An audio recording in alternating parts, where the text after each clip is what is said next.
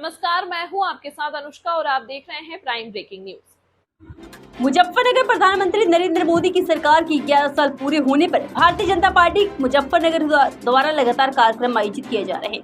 इसी क्रम में गांधी कॉलोनी स्थित गांधी वाटिका के सभागार में जो कि प्रबुद्ध समागम प्रोफेशनल मीट का आयोजन किया गया। इस दौरान कार्यक्रम में उत्तर प्रदेश सरकार में राज्य मंत्री जनपद के सभी मंत्री सुमित तोमर और राज्य मंत्री कपिल देव अग्रवाल, पूर्व केंद्रीय राज्य मंत्री डॉक्टर संजीव बलियान सहित भारतीय जनता पार्टी के सभी दिग्गज नेता, पदाधिकारी एवं कार्यकर्ता मौजूद रहे।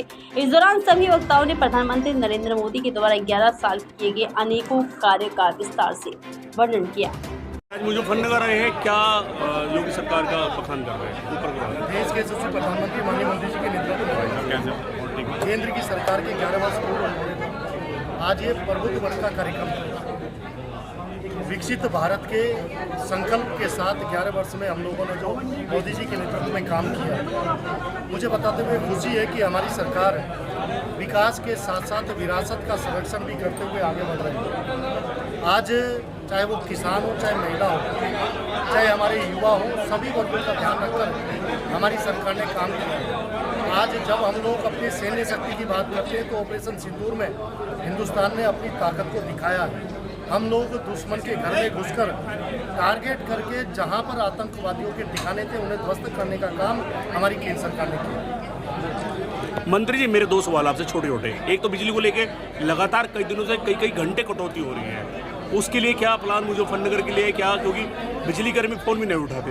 देखिए, हम लोग शेड्यूल के अनुसार जहाँ पर हमारे रिवैम्प स्कीम के बिजनेस प्लान के काम चल रहे हैं, वहाँ पर शटडाउन लेकर एक शेड्यूल जारी करके वहाँ पर काम किए जा रहे हैं। कहीं कुछ प्राकृतिक आपदा या टेक्निकल फॉल्ट के कारण जहाँ समस्या है उन पर भी लगातार हमारे परिवार के सदस्य, हमारे कर्मचारी हमेशा उस पर काम करते हुए 24 घंटे बिजली संबंधित नागरिकों को मिले, ये हमारा प्रयास है। जो सिंचाई विभाग की नहरें हैं, पानी नहीं आ रहा है, किसान परेशान है, किसान नहरों में खड़े होकर प्रदर्शन कर रहे हैं, लेकिन सिंचाई विभाग के जो अधिकारी है कानून पर बिल्कुल भी जू नहीं रेंग रही है, उनके लिए क्या आदेश है, क्योंकि आप प्रभारी मंत्री मुजफ्फरनगर भी है? देखिए, माननीय मुख्यमंत्री जी के स्पष्ट निर्देश है, चाहे कोई भी विभाग, कहीं लापरवाही किसी की भी सहन नहीं की जाएगी। कहीं कोई लापरवाही अधिकारी की पाई जाती है तो उन पर कार्रवाई की जाएगी। आज मुख्यमंत्री जी भी आए थे सुपर तीर्थ में, क्या कहना चाहते हैं, किस तरह का रहा, कोई सौगात दी?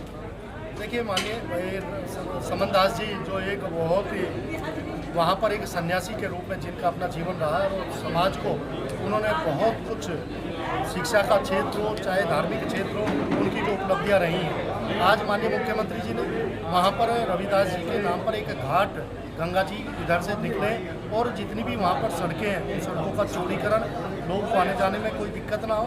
माननीय मुख्यमंत्री जी ने बाबा साहब भीमराव अम्बेडकर से लेकर रविदास जी से लेकर समन दास जी तक सभी प्रमुख संतों के वहाँ नाम लेते हुए उन्होंने जो समाज को दिया उसके बारे में भी बताया। भारतीय जनता पार्टी सरकार, मोदी सरकार के 11 सुशासन के, कानून व्यवस्था के,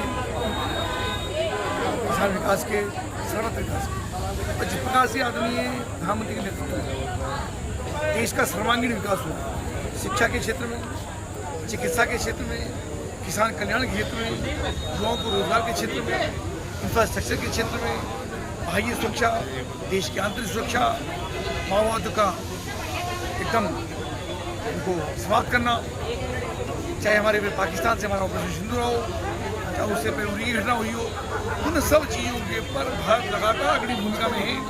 एक विश्वास की सरकार, एक भरोसे की सरकार हमारे प्रधानमंत्री देने का काम किया है।